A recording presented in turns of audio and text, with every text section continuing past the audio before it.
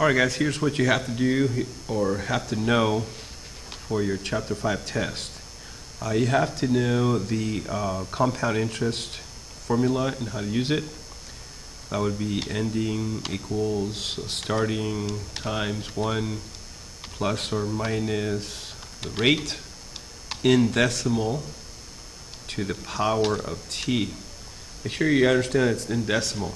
And you have to know how to use all of the other three other formulas that are the same as this, but depending on which one you're using for rate, time, or starting. You got to know how to interpret a word problem and how to make a table with your calculators best, and fill in with the table how you get all the values. You got to understand the y equals a times b to the power of ax plus d, and then plus c. You have to understand what each of the variables mean, and there's remember there's pictures on the previous Google Plus community, all the posters and all of the different interpretations of what A stands for, what does it do, if it's negative, if it's positive, what B does, what D does, and what C does. You have to know how to convert radical to exponential form. So the square root of something is basically x to the 1/2, and such of those kind of problems, and then a bunch of them. Check your Khan Academy from last night. You got to do the opposite way, how to convert from exponential to radical form. Okay. You got to know what any number to the 0 power means.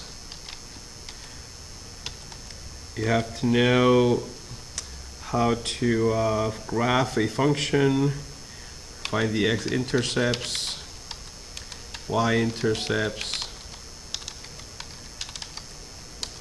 asymptote. Check your Google Plus for all the different homeworks we've done for this chapter. Check your postings, check the videos we've made, study for those, know what domain is and what range is.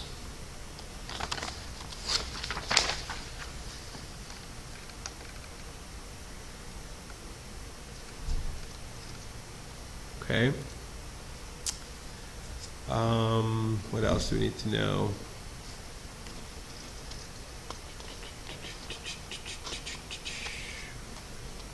Okay, pause it here where you copy those things down. Yeah, I can make a table.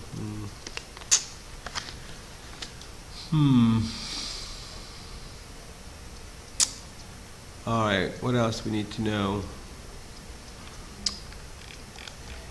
We need to know how to find how to graph an exponential function with x's and y's, how to read it, interpret it,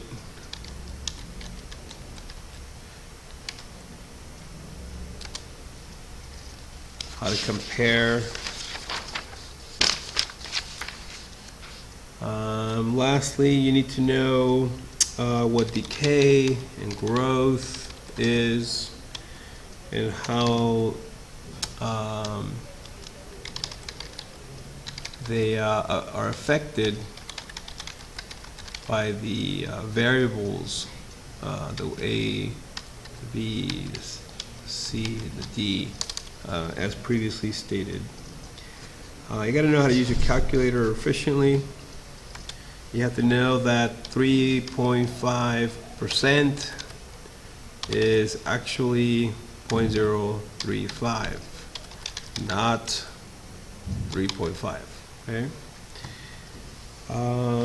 That's about it. I recommend that you study all of the previous homeworks you've done, watch the videos, make some notes, and for homework, post your notes on this next assignment. I think it's going to be number 14 or 15. I'm not sure. I'll send you the link right now.